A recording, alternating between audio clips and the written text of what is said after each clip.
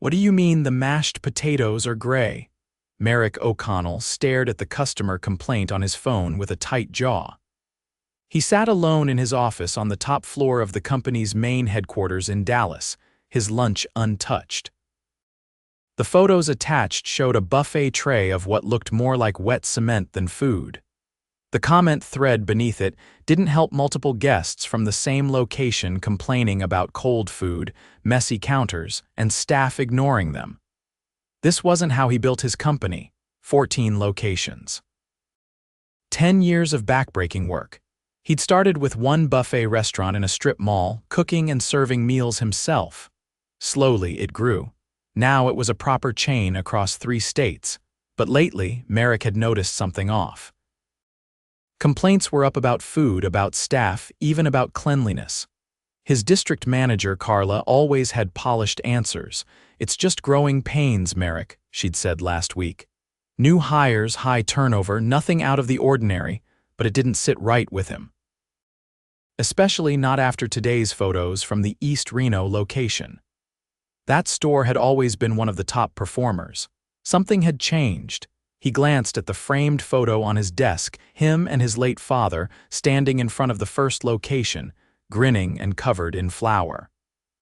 His dad had always said, "Don't lose touch with your floors, Merrick, that's where the truth is." So he stood up, grabbed his jacket, and made the call. "I'm taking a few days off," he told Carla. "Don't worry about it." 2 days later, Merrick walked into the East Reno buffet wearing a fake beard, dyed hair, glasses, and a name tag that read Danny. No one blinked twice. It made sense they'd never met him. The company had grown fast. Merrick had been too focused on expansion, supply chain deals, and investor meetings. He'd hired a district manager 3 years ago to oversee day-to-day operations. Most of the current staff had never seen him in person. And with the disguise, he looked like just another tired guy trying to make rent. He'd called ahead pretending to be a new hire from a temp agency. The assistant manager, a wiry guy named Vince, had sounded annoyed but said to show up at opening. "You're on food line," Vince barked as soon as Merrick walked in. "Gloves are in the bin, don't be slow." The kitchen was chaos. Daniela, a young woman with sharp eyes and a calm presence, was already working the hot food station. She gave him a nod and pointed to a tray of battered chicken. "Keep this filled. Don't serve anything that looks dry. We're low on mashed, by the way." Merrick looked around. Only 4 people were prepping food, including him. For a place that seated over 100 guests, that wasn't enough. "You guys short-staffed?" he asked casually. Daniela sighed. "Always. We lost 2 people last month and Vince won't approve overtime, so we just deal." He nodded, watching her move with quiet efficiency. She was fast, polite to customers, and somehow still managed to keep things tidy. He made a mental note. By 11:30, the lunch rush hit.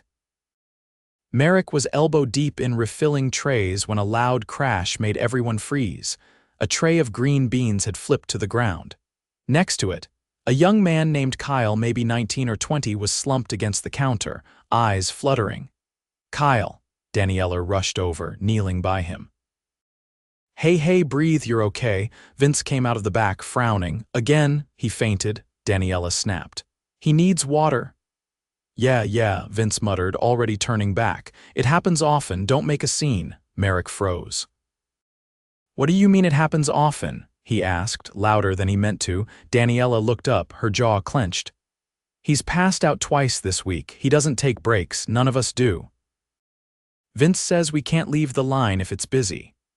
Merrick looked down at Kyle, sweat beading on his forehead, lips pale. The kid looked like he hadn't had a proper meal in days. "You're telling me this is normal?" Vince returned with a bottle of water and tossed it to Daniela. "He just needs to toughen up, or quit." Merrick stared at Vince, heart thudding. His hands balled into fists inside his gloves. "I'll help get him to the back," he said, kneeling beside Daniela. As they lifted Kyle, Merrick looked around. No one else seemed surprised. A couple guests glanced over, but no one raised an eyebrow. This was normal here. And that wasn't just a problem, it was on him. By the time the lunch rush died down, Merrick had already made a list in his head. Not a to-do list. A list of people, not just names, behaviors. Daniela, steady and quick-thinking. Kyle, clearly exhausted, probably overscheduled, possibly underfed. Vince, controlling and dismissive. And a fourth, a cashier named Roz, who hadn't smiled once and barely acknowledged guests unless they raised their voices. After helping Daniela move Kyle to a chair in the back storeroom with a small fan blowing, Merrick rejoined the line. Vince had disappeared again into the back office. The heat lamps above the food trays buzzed faintly. It smelled like stale oil and overcooked pasta. Merrick adjusted a pan of mac and cheese and watched Daniela wordlessly refill the salad bar. She was moving slower now. Her shoulders rolled forward like she was carrying something heavier than the tongs she held. "You okay?" he asked, not looking directly at her. "Fine," she said without conviction. "Just tired." He waited a beat. "How many days in a row have you worked?" She didn't answer at first. Then, "This is day 11. Merrick kept his voice even. "That's not legal, is it? Depends who's counting." "I'm technically part-time, but Vince schedules me open to close a lot. Says I pick up too many shifts to complain." Merrick didn't respond. He focused on refilling the fried okra. His mind was racing, but his hands stayed steady. At 3:30, the floor quieted. The few remaining guests were sipping sodas or lingering over plates. Vince reappeared, chewing something. He leaned against the counter and looked directly at Roz, who had just finished running a mop over a soda spill. "Hey, Roz, you mop like my grandma." "You got wrists, or are those just decoration?" Roz's face didn't move. She turned, dumped the mop in the bucket, and wheeled it away. Merrick waited to see if anyone would say something. They didn't. When Roz returned, she passed Merrick without looking at him, her voice low. "He does that every shift, and worse." Merrick kept his eyes on the tray in front of him. "Why not report it?" Roz scoffed under her breath. "To who? Carla. She's the one who told him I could use a little toughening up." Merrick's stomach turned. He hadn't heard that before. Carla had always presented herself as fair, polished, professional. But if she was enabling this, he didn't say anything else. He just kept working. At 5, Vince assigned Merrick to dishwashing. The machine was old, temperamental, and loud. The sprayer leaked. Every time he leaned in, warm water soaked his shirt collar. Still, he didn't complain. He watched the kitchen, listened, and kept his head down. At 6:15, an older couple came in. The man used a walker and moved slowly. Roz greeted them with a quiet welcome, but before she could help them to a table, Vince stepped in. "Just let them figure it out. We're not a nursing home." The woman froze. Her husband didn't seem to hear it, but she did. She looked down at the floor and helped guide him to a table near the back. Merrick turned to Roz. "Did he just say that?" Roz nodded once, then walked away. That was it. Merrick dried his hands, walked to the break room, and pulled out his phone. He tapped a message to his executive assistant. "I need a company car here in 1 hour. Get HR on standby for a remote call. We're not waiting." He returned to the floor and resumed washing dishes until the car arrived. By 7:30, he asked to take a break. Vince looked up from the office doorway, half-eaten sandwich in hand. "You get a break after 9 hours. Must be nice." "Yeah," Merrick said quietly. "It is."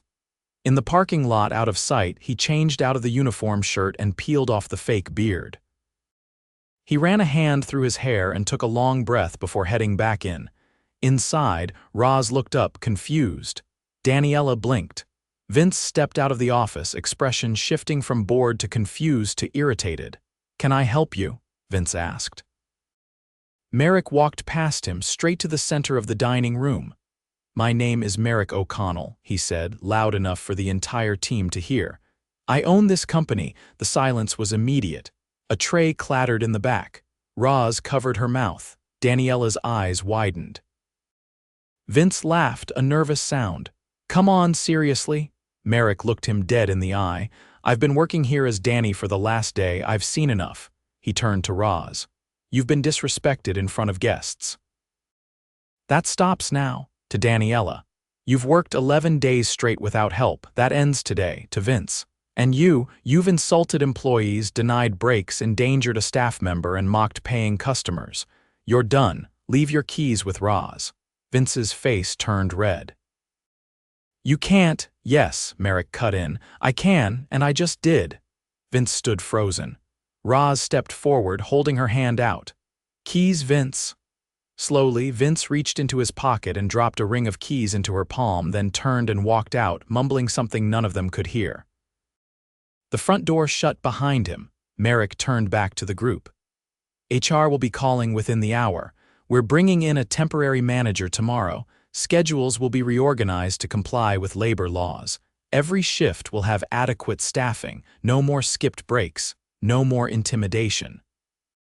And anyone who ever experiences or witnesses something like what we saw today, he gestured around the room, this is your chain of command now. Direct access. Daniela stepped forward. You really didn't know? Merrick shook his head. I trusted the wrong people to tell me the truth. She looked down, then nodded once. Roz crossed her arms. What about Carla? Merrick didn't hesitate. She's suspended pending review. I'm not just replacing one bad apple at the top. We're turning the whole bin over. He paused. But I want to hear from all of you. I'll be back tomorrow. Not undercover, just present.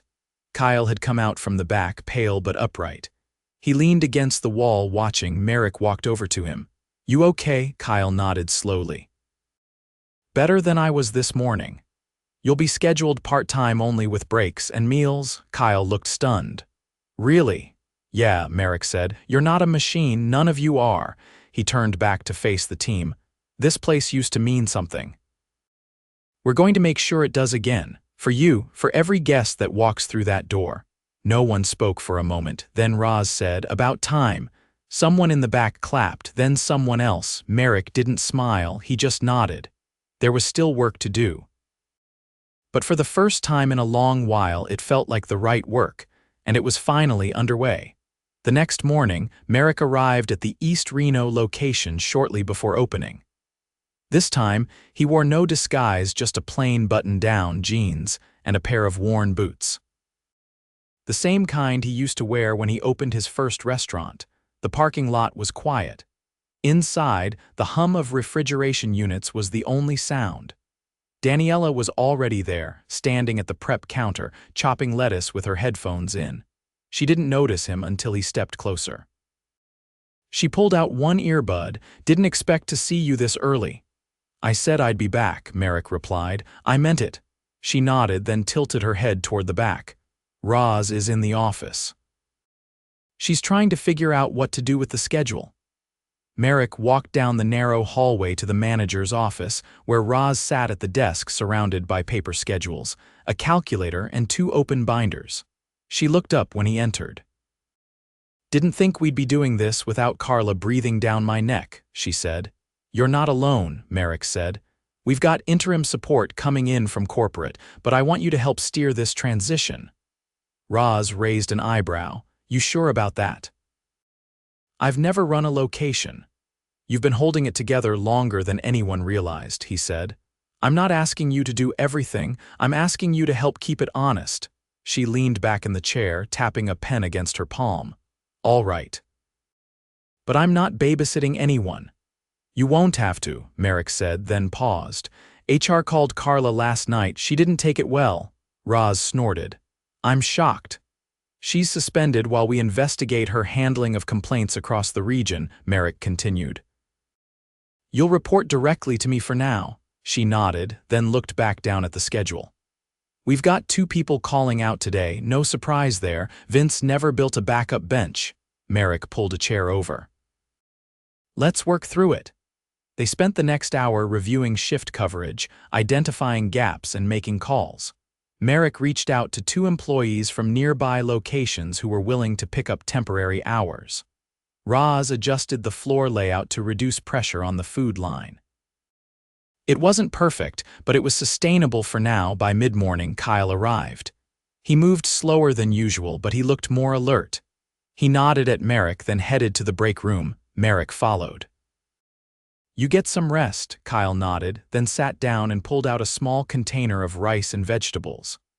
Daniela made me take a day off. I didn't want to, but she wouldn't let me clock in. She was right to, Merrick said. I've approved a revised schedule for you, no more doubles.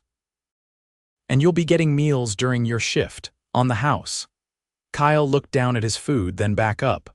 Why does it matter now? Because I saw it, Merrick said simply. Kyle didn't say anything, but he gave a small nod and dug into his food. Later, as the lunch rush approached, Merrick stood near the entrance, watching as the team prepared. Daniela coached a new hire, someone from the temp pool, on refilling the soup station. Roz handled the front register, calmly guiding an elderly guest to a table near the window. The energy was different, not relaxed but clearer, less uncertain, but not everything had changed. At 12:45, a man in his late 30s walked in wearing a dark fleece with the company logo. He had a clipboard and a confident stride. The kind of person who expected people to move out of his way. Merrick recognized him immediately. His name was Brent, one of Carla's field supervisors. Technically, he hadn't been fired, but Merrick hadn't yet decided if he would keep his job. This visit would help make that decision. Brent walked straight past Roz without speaking to her and made a beeline for the back. "Excuse me," Merrick said, stepping into his path. Brent blinked. "Oh, didn't realize you'd be here, sir." "I'm here all week," Merrick said evenly. "What brings you in?" Brent held up his clipboard. "Just checking on protocol compliance, looking at sanitation logs, food waste, the usual." "Carla asked me to." "She's not in charge right now," Merrick interrupted. "I am." Brent hesitated, then gave a tight nod. "Understood." Before Merrick could respond, Daniela came up behind them, holding a tray of cutlery. She gave Brent a glance, then kept moving, but not before Merrick caught the shift in her posture. He waited until she passed, then looked Brent in the eye. "You've worked at this location before, haven't you?" Brent shrugged. "Sure, did a few inspections last year." "Did you speak with the staff?" "Of course." "Gave feedback. Some of them don't take it well, if I'm honest." Merrick narrowed his eyes. "You ever tell Daniela she'd move faster if she didn't have such heavy hips?" Brent's jaw shifted. "That's not how I remember it." "Interesting," Merrick said, "because 3 employees heard it, and HR has now too." Brent opened his mouth, but Merrick cut him off. "Your access to this location is revoked. Leave your clipboard on the front counter. I'll be in touch with a final decision." Brent's face flushed. "You're making a mistake, sir." "No," Merrick said, voice firm. "You did." Brent turned and walked out without another word. Merrick stood still for a moment, then turned and walked back toward the kitchen. Daniela was checking the heat lamps. She didn't look up when he approached. "You okay?" he asked quietly. "I didn't say anything because I didn't think it would matter," she replied. "It does now." She nodded once. By early afternoon, Merrick gathered the team in the dining room. The last few lunch guests had filtered out. The chairs were still warm. "I want to be clear with all of you," he said, standing near the drink station. "This isn't a one-time cleanup. We're restructuring how this place is run and how people are treated. That includes pay, support, and how complaints are handled." He glanced at Roz, who stood nearby with her arms folded. "We're creating an anonymous reporting system for every location.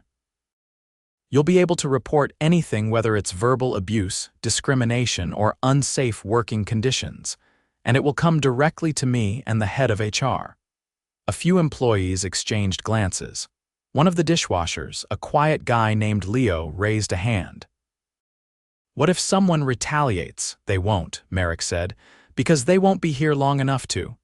Anyone caught targeting someone for speaking up will be terminated immediately. No warnings. No second chances." Roz leaned forward. "What about raises?" "I've approved a wage audit," Merrick said. "Anyone who's been with the company more than 6 months without a review will be evaluated by next week. We're also increasing training pay and adding a bonus for team leads during peak hours." That got more attention. Leo nodded slowly. Another staff member, Tanya, looked up from where she'd been stacking trays. "What about the food supply? We've been getting low-quality stuff for months." Merrick nodded. "I've already spoken with vendors. We're restoring the original supply chain we used before Carla negotiated those cuts. You'll see the difference in the next shipment. He looked around. I can't fix every problem overnight, but I can promise you this, you won't be ignored again. No one applauded. That wasn't the moment. But the silence felt different than the day before. Less wary, more expectant. After the meeting, Merrick stayed behind to help clean the drink station. Daniela walked past, then paused. You're not what I expected, she said. Neither were you, Merrick replied. But you're exactly what this place needs.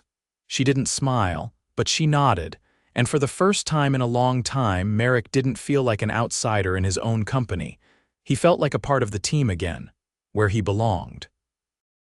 2 weeks later, Merrick returned to the East Reno location without ceremony. No disguise, no entourage, just a clipboard, a pen, and a company polo that hadn't seen much use in years. His last visit had set the tone, but the follow-through mattered more now. Real change didn't come with declarations, it came with consistency. The parking lot was half full, mid-morning quiet. Inside, the energy was measured but purposeful. Roz stood near the front, reviewing the till with a young cashier he hadn't met before. Behind the food line, Daniela was walking a trainee through shift prep. The air smelled sharper, more like roasted vegetables and fresh bread, less like fryer oil. Merrick made a quiet circuit through the dining area, observing. The booths were clean, condiments stocked, sneeze guards polished. It wasn't perfect, but it was dignified. That mattered. In the break room, he found Kyle reading a safety manual, a half-eaten sandwich on the table beside him. You're here early, Merrick said. Kyle looked up. I'm training a new guy on dish. They asked if I'd show him how to keep the trap from clogging. You good with that? Kyle nodded. They're listening now. That helps. Merrick sat across from him. I wanted to check in. I know the hours have been lighter. I've been using the mornings to finish my GED, Kyle said, then paused. I didn't think I'd have energy for that again. You're earning more now too, Merrick said. Kyle nodded. That part helps my mom. Merrick didn't push further. He stood, patted Kyle's shoulder once and moved on. In the back office, he reviewed the updated shift logs Roz had prepared. Turnover had slowed. Hours were consistent. Complaints from guests had dropped significantly. Most importantly, no one had missed a break in over 10 days. That was a first. Roz walked in holding a laminated sheet of allergy protocols. Food safety guys coming tomorrow. He'll want to see this posted in the prep area, she said. Merrick took it and nodded. How's the team holding up? Roz leaned against the doorframe. We lost 2 more from the old crew. One found another job, the other just stopped showing up. But the new ones, they're solid. We're taking our time with training. I noticed the new cashier, Merrick said. Yeah, Ellie, first job. She was nervous the first few days. Daniela's been mentoring her. Merrick raised an eyebrow. That voluntary, Roz shrugged. Daniela said if she doesn't help shape the new ones, someone else will, and not necessarily the right way. She say that exactly? No, Roz said.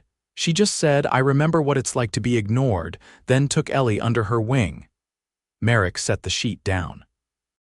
I want to talk to the team before the dinner shift. You good to close today? Roz nodded. Already planned on it. By 4 o'clock, the team gathered in the dining room. Not everyone could leave their stations, but most were there. A few leaned against counters. Others stood quietly near the salad bar. Merrick stepped to the center of the room without needing to raise his voice. You've done more in 2 weeks than most locations accomplish in 2 months, he said. That's not because of policies. It's because of people.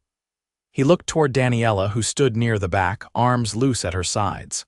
Most of you didn't have a reason to believe this company would change. You gave it a chance anyway. No one interrupted. The silence felt earned. Merrick continued. We've formalized the employee advisory panel. Daniela, Roz, and Kyle have agreed to represent this location for now. That means they'll attend monthly operations calls, and they'll have direct input on labor strategy, training, and supply issues. A ripple of surprise moved through the group. Daniela spoke up. We're not managers, no, Merrick said. You're something better, you're trusted. He turned slightly. We also terminated Brent's contract. After reviewing multiple complaints, some from other locations, it was clear he had no place in this company. Roz folded her arms, satisfied. No one argued. We're also implementing a rotating leadership day, Merrick added. Twice a month, one non-managerial employee will shadow the assistant GM role. Learn the systems, see how things run. That way, when promotions come up, we aren't guessing who's ready. Leo, the dishwasher, raised a hand. What if someone doesn't want that? No one's required. But everyone's invited, he paused. One more thing. We've started an internal recognition fund.